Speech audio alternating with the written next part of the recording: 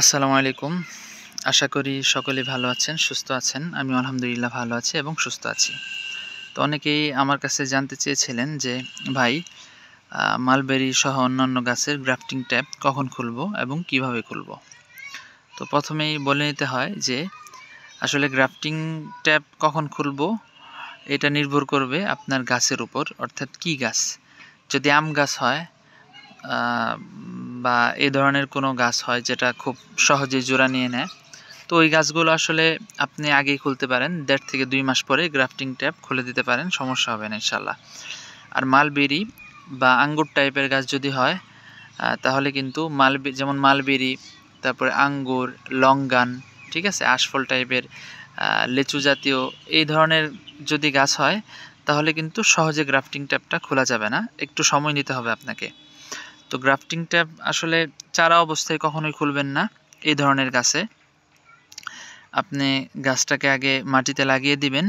লাগানোর পরে আপনি যখন দেখবেন যে এই দেখেন আমাদের গ্রাফটিংয়ের অংশটা কিন্তু চিকন হয়ে গেছে, উপরে নিচে কিন্তু মোটা হয়ে গেছে। অর্থাৎ এখানে দেখে বোঝা যাচ্ছে যে গ্রাফটিং ট্যাপটা গাছের মধ্যে ঢুকে যাচ্ছে, মানে কেটে কেটে ঢুকে যাচ্ছে আর কি। তো এই অবস্থা।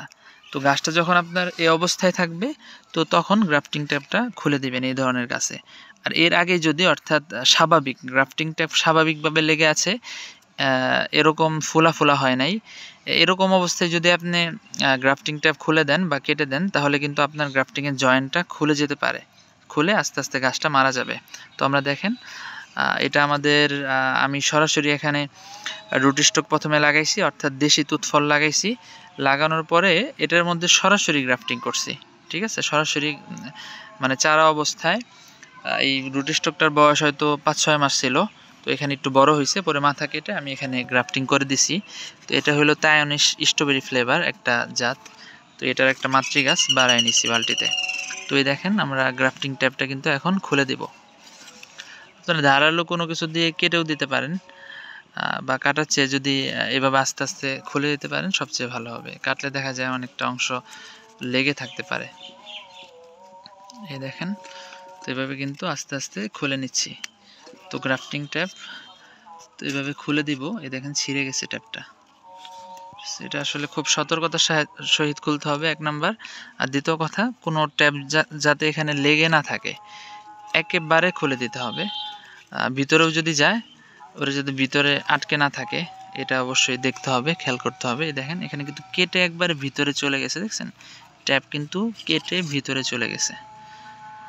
এই অবস্থায় যদি আমি খুলি তাহলে গাছটা একটু নিরাপদ থাকবে। আসলে আমার এটা আরও ২-৩ সপ্তাহ আগেই খোলার দরকার ছিল, কিন্তু আমি হয়তো ব্যস্ততার কারণে আমি এটা লক্ষ্য করিনি, আজকে হঠাৎ করে দেখলাম।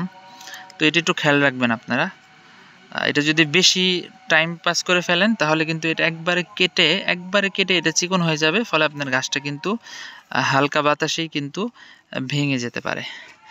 এই দেখেন আমাদের কিন্তু সায়ন এবং রুটি স্টক একেবারে খুব ভালোভাবেই জোড়া নিছে, ঠিক আছে, খুব ভালোভাবেই জোড়া নিছে সায়ন এবং রুটি স্টক।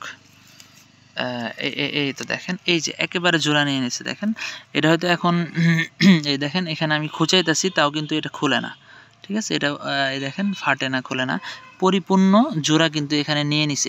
এই দেখেন জোড়া।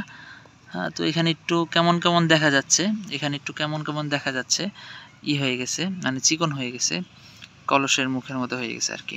এটা নিয়ে টেনশন নেই। এটা যেহেতু আমার এখানে শক্ত একটা স্টিলের একটা আছে, খুঁটি আছে, তো এটার সঙ্গে বাঁধা আছে, এটা ভাঙারও কোনো চান্স নেই ইনশাল্লাহ।